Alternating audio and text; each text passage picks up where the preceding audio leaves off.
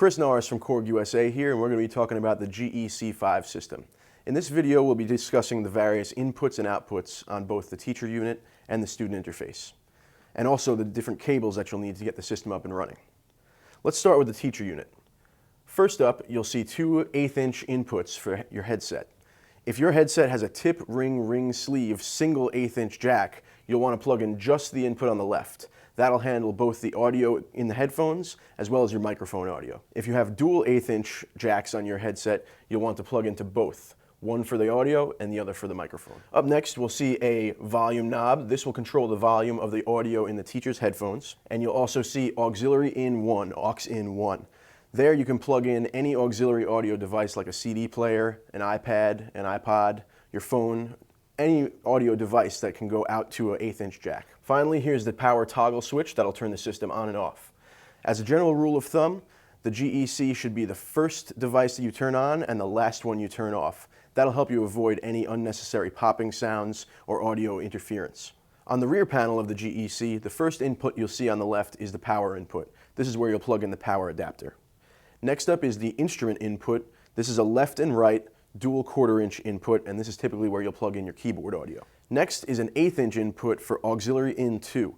This one works the same way as the auxiliary in 1 on the front, but since it's on the rear of the unit, it's typically going to be used for an audio interface, your computer audio, or a mixer. The next two sets of 1/4" outputs are labeled room out and record out.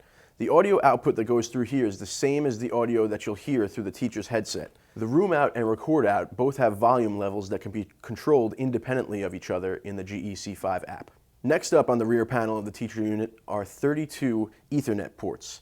This is where you'll plug in Ethernet cables that connect to the student interfaces at each student station. Finally, at the far right of the teacher unit are two network ports. These can be used to connect the GEC5 to either a router or directly to a computer for connection to the GEC5 network and software. We'll cover that more in a separate video. Next, let's talk about the GEC5 student interface. On the left is a call button.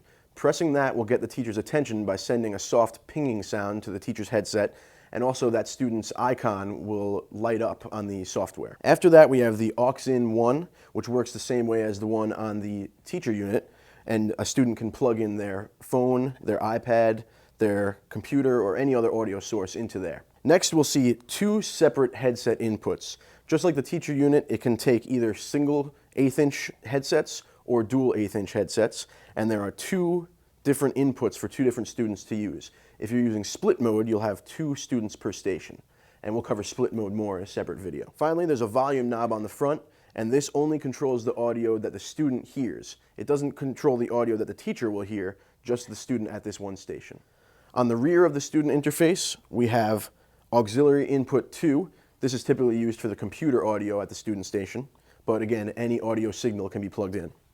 Next up is instrument in, and this is typically where you'll plug in your keyboard or your guitar or your main instrument. Mic out is an 1/8" output that will allow the audio from the student's headset microphone to be output to any audio device. You could plug the mic out into the mic input on your computer or to an audio interface for recording of the student's voice. Finally, we see a network input. This is where the Cat5 cable from the teacher unit is going to plug in so that the student interface can communicate with the teacher unit. Click the link on the right to access the next video in this series, in which we'll cover connecting the GEC5 to a router and accessing the GEC5 wireless network. If you have any questions, you can contact us at korg.com/education. Thanks for watching.